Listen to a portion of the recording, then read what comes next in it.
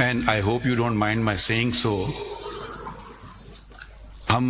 we are so indulgent of autocratic rule, और आप भी रह चुके हैं डिक्टेटर के अटॉर्नी जनरल। वो वक्त था जब मैंने वकालत छोड़ दी थी, पता नहीं कितने साल, जब तक वो जजेस रिस्टोर नहीं हुए।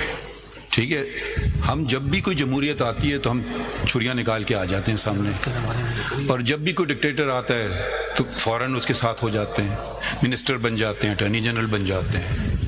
असूल की बात करना है तो बड़ा असूल बात करें। सबसे बड़ा असूल ये है आइन का असूल। ये आइन का असूल पे क्यों नहीं गामजन है? ये प्रिंसिपल और वो प्रिंसिपल, वो कंसल थ्योरी ऑफ लॉ, इसी ने तो पाकिस्तान को तबाह करके रख दिया है। Then that political party has chosen not to contest for the reserved seats, so they are out of the race, and that will be distributed amongst the rest. That's my submission. लेकिन इसमें that is your submission, which is what the Constitution says. As simple as that. इसमें मखदूम साहब, justice Shah and justice her ladyship, उनका जो question है that is very relevant. The first limb of that question, as I understand, is whether it is mandatory that the House is complete. As I read sub-article 1 of Article 51, there is no such compulsion, or it is not mandatory that it has to be complete. The second limb is that according to the proportionate representation system, each political party would get only such seats as are in ratio to what they have secured in the general elections, not more than that. आपसे जो बार बार सवाल पूछा जा रहा है, I mean, prima facie, my reading of the article is that it is not mandatory that the assembly is complete, because there's a distinction between seats and members. It does not say that the National Assembly shall consist of so many members. It is seats and then members.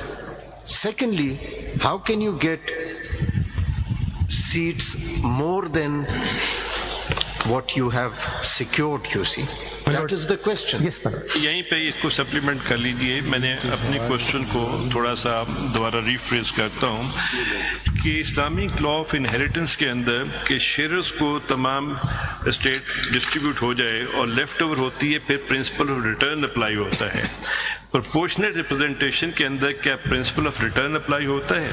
अगर नहीं होता तो फिर मेरा सवाल है कि how you got the seats?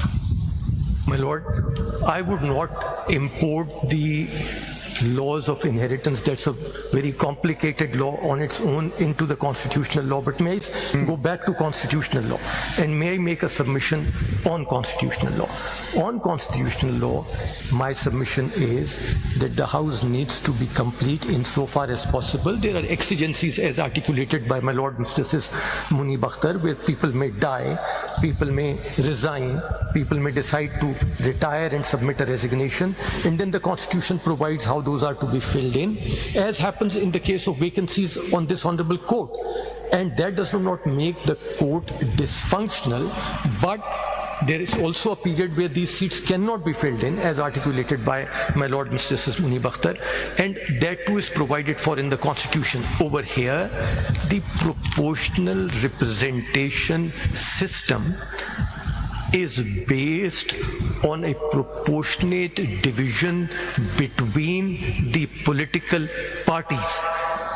The independents, to start with, are excluded from the mix. To take my Lord Mr. Sayyid Mansoor Ali Shah's example, if in a house of 236 there were to be 2 political parties and 234 independents, because the proportion is in terms of the Constitution between the political parties, it may sound extreme, but my submission on the language of the Constitution is that the reserved seats will be divided equally between them. But what we're not reading in this is the seats secured by them in the General Assembly.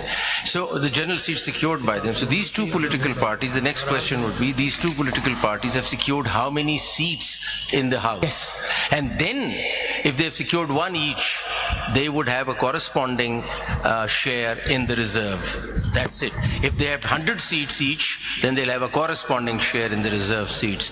But they can't just take the whole lot just because they're a political party. My lord, if that were to be correct, then with great respect may I submit what will happen, that if there are 20 independents, because they do not represent a political party and they're excluded from the proportionate distribution, then those number of reserved seats will have to go vacant each time.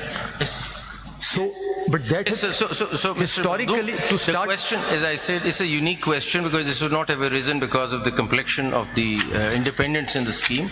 So we'll have to probably rely on which is a more sacrosanct and a higher principle. Is representativeness a higher principle, or is leaving some seats vacant another principle? Which is a higher principle?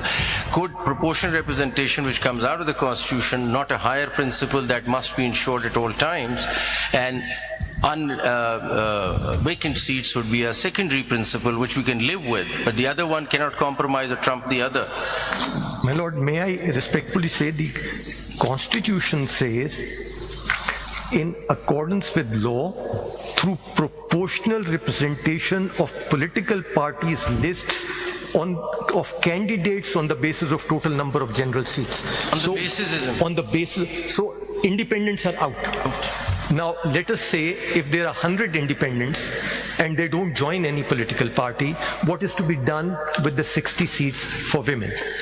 Are they to be proportionately reduced? That can be one way of looking at the Constitution. My respectful submission is no, because the House needs to be complete insofar as possible. At the risk of, when you're completing the House, at the risk of changing the representativeness, that's a higher principle being offended. No, my lord. No, my lord. With respect, may I submit, no higher principle gets offended. Mr. Makhdoom Ali Khan, एक second, just started. When you're talking about principles, please can you refer to the Constitution where this is My listed? lord, the Constitution over here recognizes.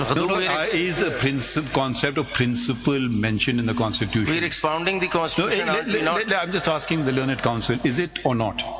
My lord, my submission is that it is not. But there is a principle. Please read Article 5(2). Yes. No, yes. please read it.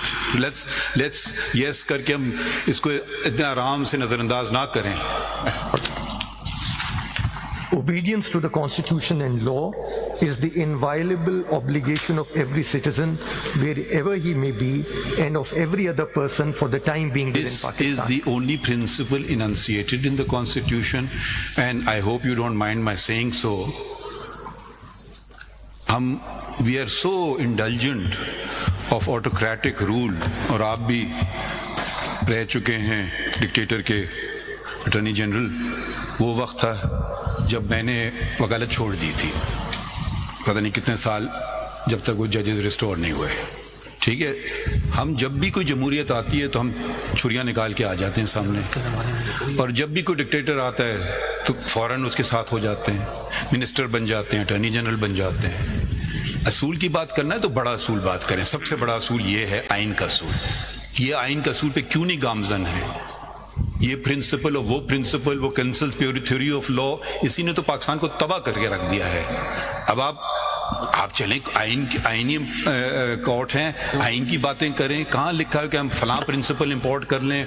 वो इंग्लिस्तान के जज ने क्या कहा है और उसके जज ने क्या कहा? पहले बताएं कि जी इस पे जबान इसकी वाज़ेह नहीं है, आगे बढ़ते हैं, बता दीजिए हम. तो ये आइन तकद्दुस है.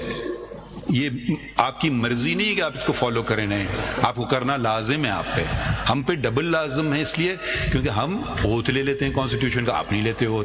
आई hope you don't mind these observations, but these are the facts of, we talk about history, let's talk about complete history of Pakistan. Then